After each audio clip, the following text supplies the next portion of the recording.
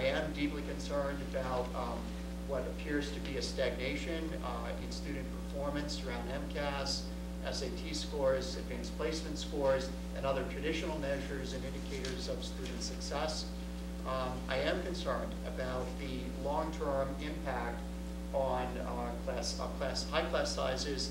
I am very concerned about the 18% flight this year from our 8th grade to private school, and I'm concerned that once you go in that trend, what long-term effects that has on the overall perception that parents and students hold for our school district, and particularly the high school.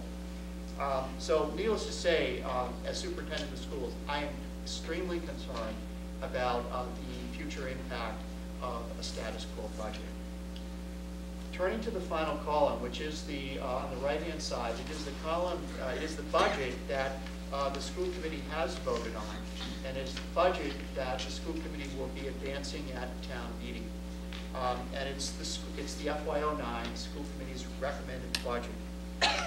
It falls just short of 10%, 9.9% growth over the current fiscal year, and it represents an increase of $870,910 over the status quo budget. Because the gap has been closed and we're now dealing with a status quo budget that is going to be or appears to be funded through available funds, then to move to the recommended budget would require an additional $870,000. And again, at this point, I know that there is ongoing discussion with the Board of Selectmen, with the Finance Committee, and with our finance planning team about ways to address that increase in $870,000. But let me talk a little bit about why I recommended this budget to the school committee and why the school committee has approved this budget. This budget does a number of things. Yes, it does restore, I'll say this right up front, it does restore all of the cuts that were made in this current year. So it brings back programs in music and art. It brings back elementary computer and library paraprofessionals to keep our libraries and computer labs open. It brings back physical education to the level that it has been in the past. It brings back band and chorus. It brings back all of the programs that were cut. Beyond that, it begins to move our school district to repair some of the long-term damages that have been done. And when I say damages, I'm talking about increasing enrollment, increasing expectations without limited or with limited increases in revenue. And so you're going to hear tonight from the principals about the importance of why we feel that a very high priority is to focus on reading and literacy in our school district, why it's important to continue to focus on inclusion, and why we need to deal with this at an early age. You're going to hear from the high school principal talking about the importance of class size and providing a comprehensive program for our students, our high school students, and addressing class size issues in core academic areas of English, mathematics, science, and social studies. You're going to hear from our middle school principal about the effects of study halls and not engaging middle school youngsters in learning 100% of the time. You're going to hear about the importance of health education. You're going to hear from Christine Danjou about the importance of meeting compliance issues, compliance in special education, compliance in English language learners, ELL, and compliance in overall special education audits that we're facing this coming spring. So the recommended budget at $870,000 more is a budget that is asking a lot. but it is a budget that is dealing to try to fix the troubles that the North Reading Public Schools currently finds itself moving in and further moving deeper in the hole.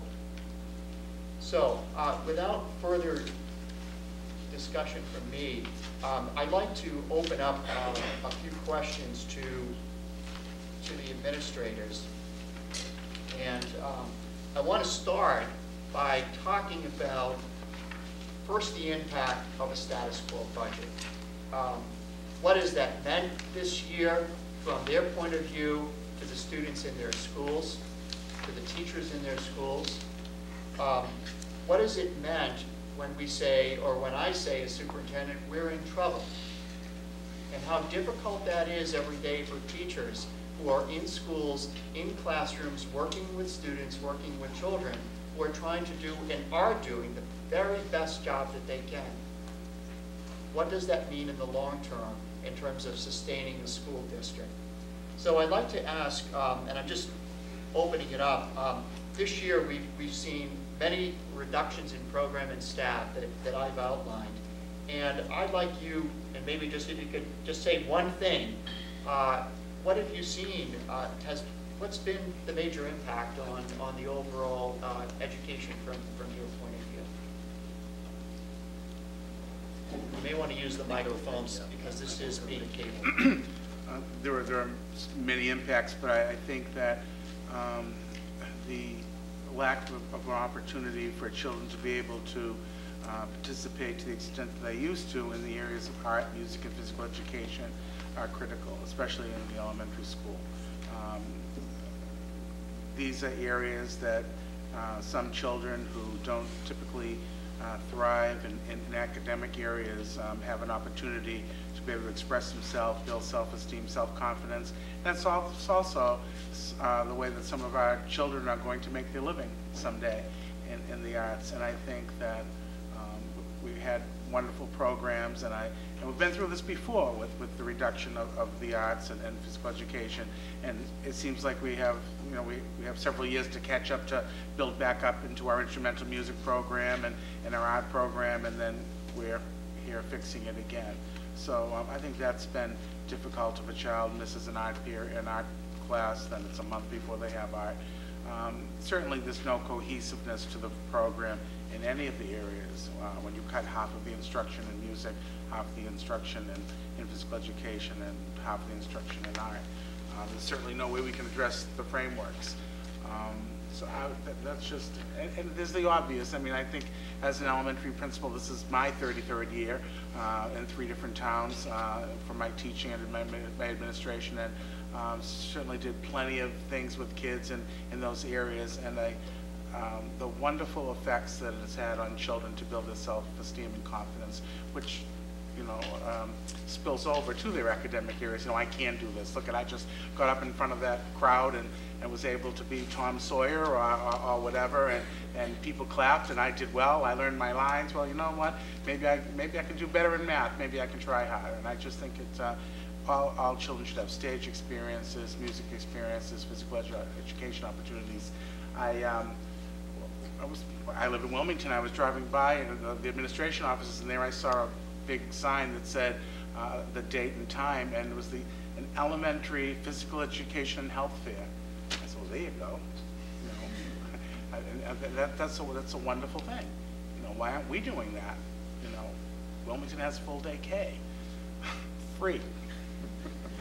I'm going to call about my taxes. I'm not really thinking of it. But anyway, and I shouldn't take up all the time. But the Wednesday afternoon, it's 2 hours. It's not Wednesday so often. It's not half day. It's 2 hours. But it's disruptive.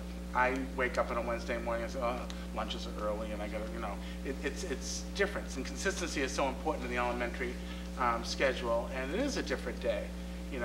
As a kid, they know they're getting out 2 hours earlier. That's what they're thinking about at 8:30. So it is disruptive, and it cuts 2 hours out of instructional time also, and we need every minute we can get. I guess the biggest impact that I see is time in every sense of the word. Time kids spend on big blocks of time on learning in school, Kids are exhausted, teachers are exhausted. If you came a couple weeks ago to see the Hood Showcase, you'll see that they're working really hard above and beyond. Teachers come to me every day. When do you want me to call this parent back? I have no planning time for the next 3 days. You know, they go for days at a time with no breaks. So that's been an impact on my staff and students. And I think parents probably can share some of what your students are feeling, but I know it's a long day in the classroom. It's a long day when you only have lunch and recess, and when you only have a specialist 3 days a week. So that's been tough. The impact and the experience for the students is the most obvious when you look at what their school day is and how it functions from traditional to the status quo that we call it now. I think the impact it has, you know, on the 3 schools is great as well, because the level of shared faculty and staff, and I'll extend it to our libraries and our computer labs as well. We are still offering programs to students, so in our hearts, to give them the experience that we believe they deserve. To look at that big picture is, yeah, if you have art on a Monday, you get one of those months with a couple of Monday holidays in it, you're not going to have art for 6 weeks. Physical education, the same thing, once a week, and music and everything that we're doing, library. You don't have the time to get into the computer labs anymore to do research with your teacher in a lab with 25 machines and a beautiful brand new computer lab at the Batchelder School we just reopened is closed 2 days a week that students can't access without an adult present. Our library do not have access to do the research and take advantage of the tools that we have in place. And for the professionals and for the students is getting that personal connection. I met with my faculty today and we talked about how important the personal connection is for adults to work with kids, to learn and to have impact. You now have professionals, PE teachers working with 1,000 kids in the course of a week. It's expected to know names and build relationships and remember what they did last week and who did what. We're missing out on a lot at the elementary school levels. And our kids are just starting to articulate it now. I was really amazed at the transition of the school year and how well it went. But I think the doldrums of winter, everything with that, the kids are starting to get, and I believe the parents and communication are understanding that big picture a little bit better. I just want to add one thing to Sean. I'm sitting here, and as I tour around the school all the time, you know, I think that, and I'm talking about the specialists now, not music and PE, as I go around, that there's less time, but the quality has not suffered of the time. I walked and I saw, I took the mitten bulletin board down myself at the showcase because I was tired of seeing winter and spring was around the corner. And I said to the art teacher, who just is at our school 2 days a week, our teacher had left, so I needed to get someone for 2 days a week. And she does another day in another town. And the bulletin board was, you know, all of a sudden there were beautiful bouquets of pussy willows and spring things that a class had none.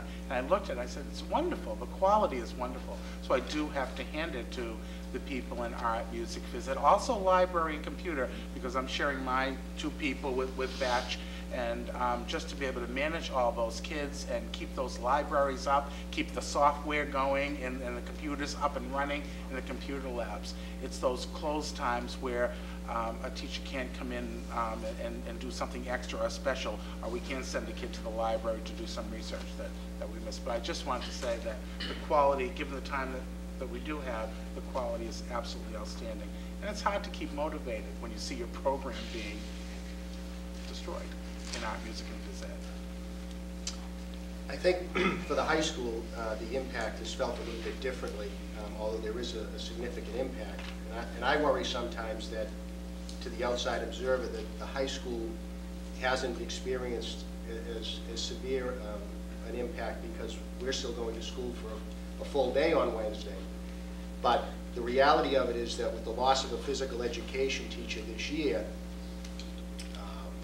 which is a very popular elective for junior and senior students, that because we require all of our students to take 8 classes in their schedule, which is a full complement of classes, that the 150 students last year, 150 junior and senior students who were not allowed to elect physical education had to have a class somewhere. And for any of you